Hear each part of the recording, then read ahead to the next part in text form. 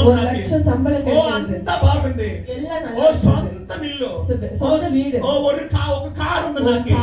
నాకు ఏ కొరత లేదు. எந்த குறையும் இல்ல. ఇలా జీవించే వాళ్ళు ఎప్పుడో ఒక రోజు కింద పడతారు. இந்த மாதிரி வாழ்ந்து கொண்டிருக்கிறவங்க దేవుని ఆత్మ మీతో మాట్లాడుతున్న మాట ఏమంటే, ஆண்டவருடைய ஆத்மா உங்க మీ கூட జీవితంలో కొందరి జీవితంలో ఇరుకులు ఉన్నాయి. இன்னைக்கு உங்க வாழ்க்கையில கொஞ்சம் பேர் இறுக்கமான మీ வாழ்க்கை, జీవితంలో కొన్ని శ్రమలు ఉన్నాయి. உங்க வாழ்க்கையில కష్టமா మీ இருக்கிறது, జీవితంలో కొన్ని వ్యాధులు உங்க ఉన్నాయి. வாழ்க்கையில வியாதிகள் మీ இருக்கு, జీవితంలో ఎన్నో శోధనలు ఉన్నాయి. வாழ்க்கையில சோதனைகள் இருக்கு, అనుకోలేని వ్యాధులు మీ జీవితంలో ఉన్నాయి.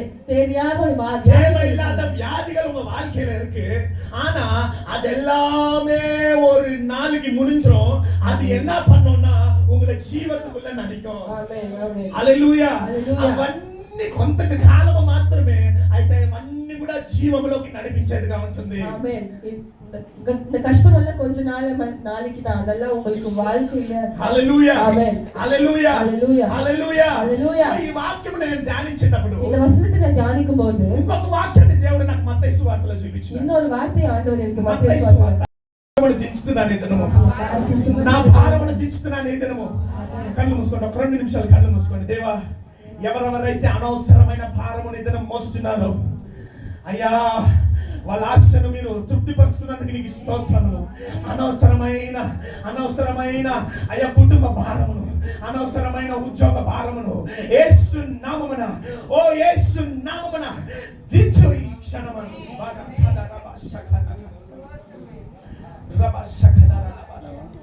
ఇద్దరు చూడండి, ఇక్కడ వాక్యం చూడండి. ఇక్కడ ఈ ఇరుకు ద్వారంలో పోవాలంటే అనవసరమైన బరువు నువ్వు ఏమి చేయాలా?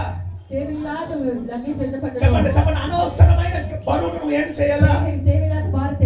సో ఈ ఒంటె పైన ఉండే నీ జీవితంలో నువ్వే ఇదను ఒంటె. నీ జీవితంలో ఉండే అనవసరమైన బరువుని దేవుడు నీతో మాట్లాడుతున్నాడు. అనవసరమైన భారத்தை ఆండவர் உங்களுக்கு ఏ అనవసరమైన భారాలు ఉంటున్నాయి తెలుసా? అనవసరమైన భారం, ఇంకొకటి క్షమించలేని అనవసరమైన భారాలు. ఎవరైనా మనకేమైనా నిందన చేస్తే ఆ కక్షను లోపల పెట్టుకొని ఆ భారమును మోసుకొని ఉంటాం.